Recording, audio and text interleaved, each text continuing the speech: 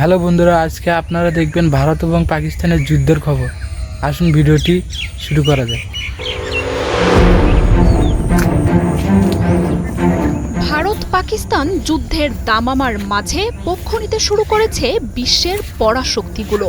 তবে যুক্তরাষ্ট্র নিরপেক্ষ অবস্থানের কথা জানিয়ে দিলেও পরাশক্তি চীন সর্বশক্তি নিয়ে পাশে দাঁড়িয়েছে মিত্র পাকিস্তানের। পেহেলগাম পরিস্থিতি নিয়ে পাকিস্তানকে সমর্থনের বার্তা দিয়েছে শি জিনপিং এর দেশটি। সন্ত্রাসী হামলার ওই ঘটনায় পাকিস্তানের নিরপেক্ষ তদন্ত প্রস্তাবকে সমর্থন জানিয়ে ভারতকে বার্তা দিয়েছেন চীনের পররাষ্ট্রমন্ত্রী ওয়াং ই। শুধু তাইই নয়, ভারতকে মোকাবিলায় পাকিস্তানকে বিদ্যুৎ গতিতে মহাশক্তিশালী PL-15 মিসাইল সরবরাহ শুরু করেছে বেইজিং। যুদ্ধ শুরুর আগেই তাই শাহবাজ শরীফের বিরুদ্ধে ছিটকে ভয়ে এখন নরেন্দ্র মোদীর ভারত। ওয়ালটন আবারও মিলিয়নিয়ার অফারে ওয়ালটন ফ্রিজ কিনে আপনিও হয়ে যেতে পারেন মিলিয়নিয়ার। প্রতিরক্ষা সংক্রান্ত সূত্রগুলো বলছে কূটনৈতিকভাবেই নয়, বরং সামরিক দিক থেকেও ইসলামাবাদকে ব্যাপক সহায়তা দিতে শুরু করেছে বেইজিং। যুদ্ধের শঙ্কার মধ্যেই পাকিস্তানকে দূরপাল্লার PL-15 মিসাইল পাঠাতে শুরু করেছে শি জিনপিং।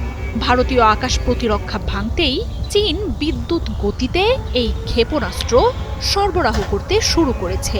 চীনের এই মিসাইল আকাশ থেকে আকাশে হামলা চালাতে অত্যন্ত কার্যকর।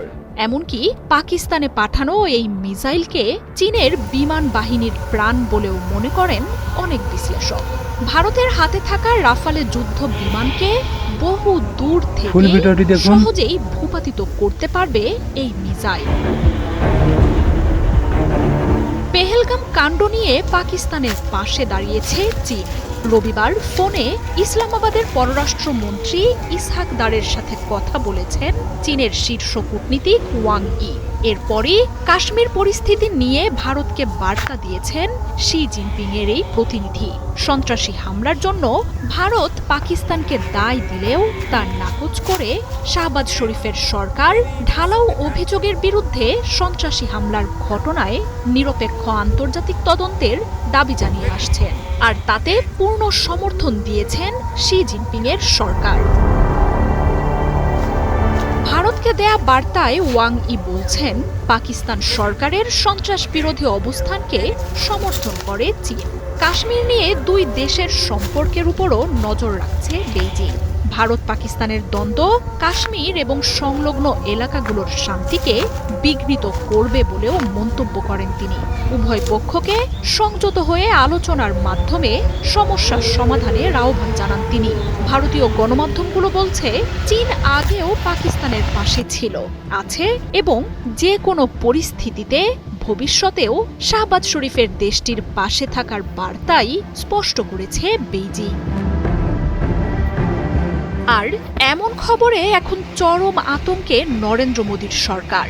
ভারত পাকিস্তান যুদ্ধের আভাসে এরই মধ্যে দুই দেশের শক্তি নিয়ে চলছে চুলচেরা বিশ্লেষণ।